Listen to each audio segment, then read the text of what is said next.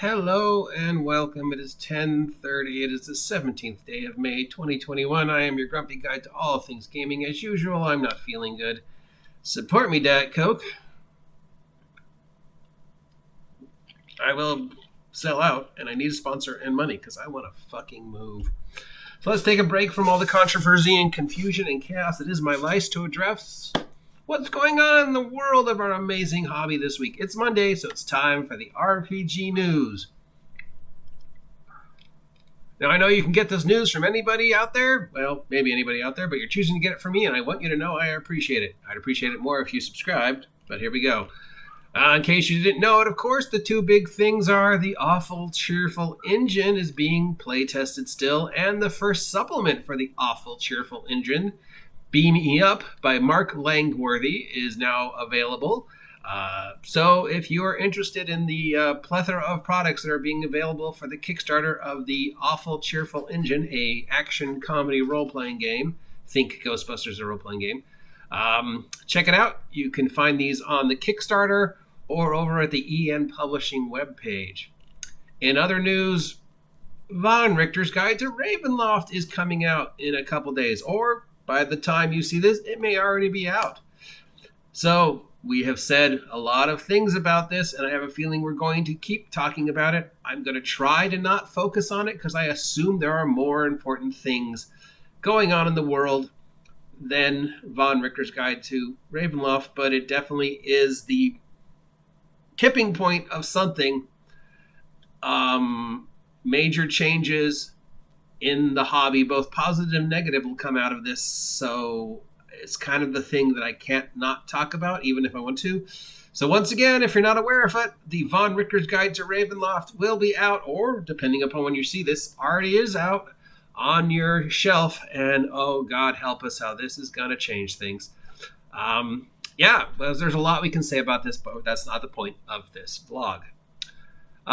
So if you did not also know it, there is the Magic the Gathering expansion Adventures of the Forgotten Realm coming out, including we have some card art up. So if you're a fan of Magic the Gathering and want to find out more about Dungeons & Dragons, this will be a good way to start. If you're a fan of Dungeons & Dragons and want to find out more about Magic the Gathering, this is a good way to start. If you're a DM who wants cards that show pictures of things in the Forgotten Realms, this might be the best use of this product because the cards are all, Magic the Gathering size, and they will have, pictures of famous magic items, monsters, treasure, NPCs.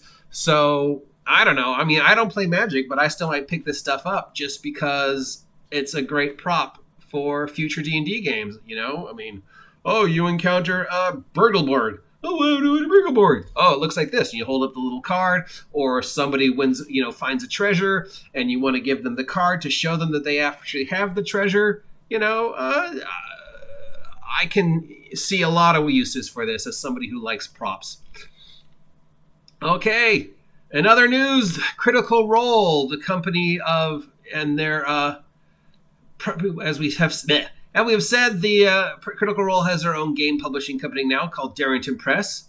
And they have announced the release of their first board game called Uk Ataro, a semi-cooperative card game as players take on the roles of sailors attempting to survive a raging leviathan.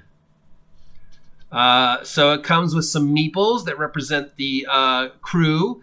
It comes with a pretty cool looking Leviathan dragon figure. It comes with cards. I guess it's a semi-cooperative card game. So this is the beginning of Critical Role Darrington Press's foray into the market. I believe we will see a role-playing game. Or there may have already been a role-playing game. If not, I know they were working on a role-playing game. So I'm pretty sure we'll see a role-playing game from them soon by the end of 2022.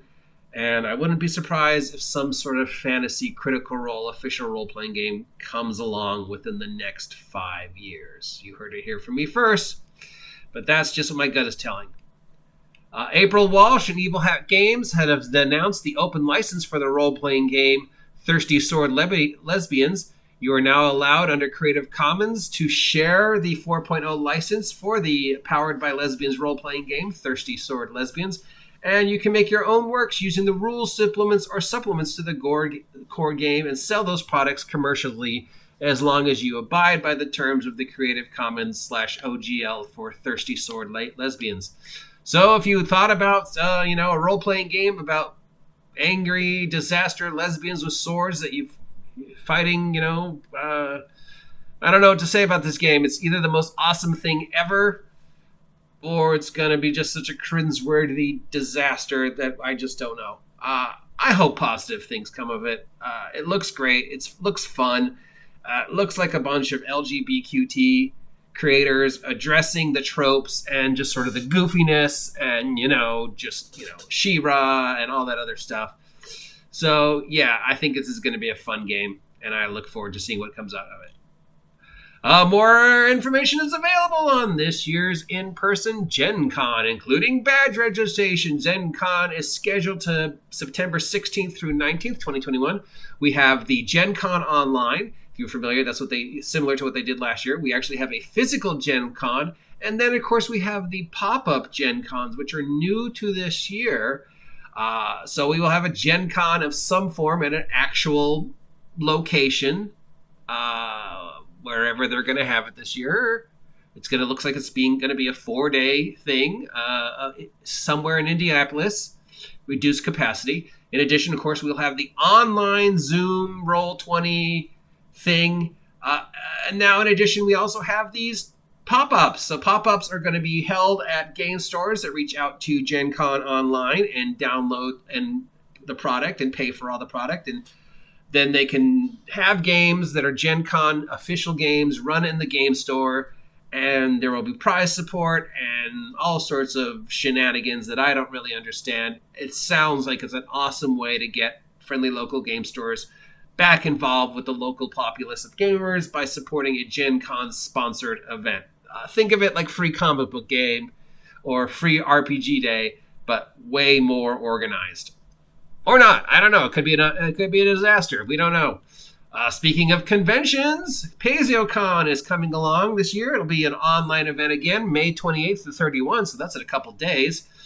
There will be Starfinder Society organized play, Pathfinder Society organized play, Pathfinder Adventure card game. All of this will be run on Discord and Twitch and stuff like that.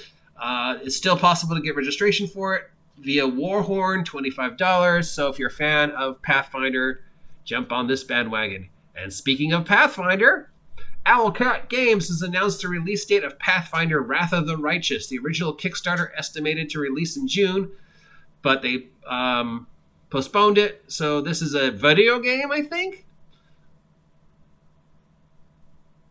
Yes, video game. That they're working on. So this is Pathfinder Wrath of the Righteous, online gaming. I don't know how this is different than the existing Pathfinder role-playing game that's online, but yeah, okay. Anyways, check it out. And speaking of things worth checking out, this week's Humble Bumble is video game development product. An asset pack is up this week full of sprites, tiles, icons, portraits, and more stuff for your virtual tabletop. It's done through your favorite VTT marketplace, and the bundle benefits child play and able gamers and runs through Thursday, May 27th. So if that sounds like a charity you feel like supporting, check it out. And in other news, Van Richter's Guide to Ravenloft is coming out, just in case you didn't know. And that's about this week. We do know that there's something going on with eBay and PayPal, where eBay's not going to take PayPal or support PayPal anymore. So that's a story we need to cover as soon as we find out more. It's still kind of vague, so I don't really want to address it until I have at least some semblance of information that I can then spitball off of and make shit up like I always do.